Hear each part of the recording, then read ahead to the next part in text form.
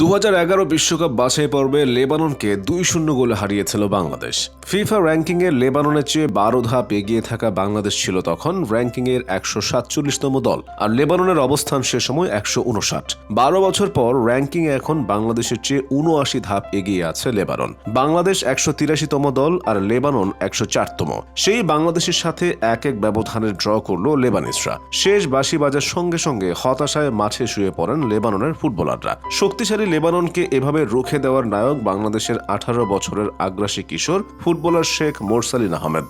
দূরপাল্লা শটে অসাধারণ এক গোল করে হারের মুখ থেকে বাঁচালেন দলকে। মাঝ মাঠে খেলা মোরসালিনকে এখন বলা হচ্ছে একজন পরিপূর্ণ মিডফিল্ডার, যাকে ঘিরে কেন্দ্রীভূত হচ্ছে বাংলাদেশের স্বপ্ন। এর আগে জুন মাসে জাতীয় দলের হয়ে অভিষেক টুর্নামেন্টে মাঠে নেমেই বাজিমাত করেন তিনি। যাদের পায়ের জাদুতে 14 বছর পর সাফের সেমিফাইনালে উঠেছিল লাল সবুজের দল, তাদের মধ্যেও সবার আগে ছিলেন দারুণ সম্ভাবনাময়ী মোরসালিন।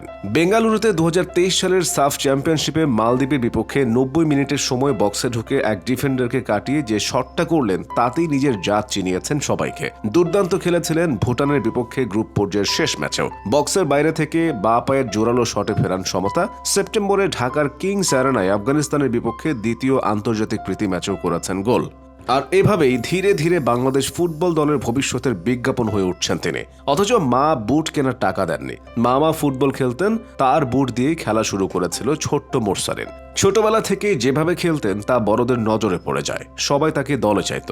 বহু সংগ্রাম পার করে আজ স্বপ্ন পূরণের পথে হাঁটছেন মোরসালিন। মা শেফালি বেগমের চোখের আড়ালে লুকিয়ে লুকিয়ে খেলা, ফুটবলের বুট কিনে তা ঘরে না আনা, আরো কত কিছুই না করতে হয়েছে খেলা পাগল এই ছেলেটিকে। আজ থেকে 1.5 যুগ আগে মোরসালিনের জন্ম ফরিদপুরে। শৈশবে তাকে রেখে বাবা চলে যান সৌদি আরব।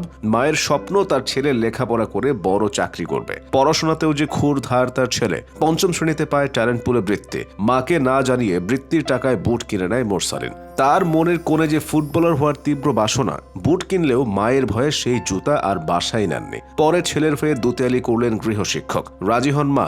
মোরসালিনকে ভর্তি করানো হলো বাংলাদেশ ক্রীড়া শিক্ষা প্রতিষ্ঠান তথা বিকেএসপিতে। সমান্তরালে চলতে থাকে পড়ালেখা আর ফুটবল। বিকেএসপিতে নামডাক ছড়িয়ে পড়তেই অনূর্ধ্ব 18 ক্লাব ফুটবলের জন্য তাকে নেয় বসুন্ধরা কিংস। সেখানে একদল তারকার ভিড়ে দলে জায়গা করে নেয় 16-17 বছরের কিশোর মোরসালিন। গত প্রিমিয়ার লিগের প্রথম পর্ব বেঞ্চে কাটলেও দ্বিতীয় পর্বে মোহামেডানকে ধারে খেলতে দেয় কিংস। সেই কিংসের বিপক্ষেই দূরপাল্লা শটে গোল দেন তিনি।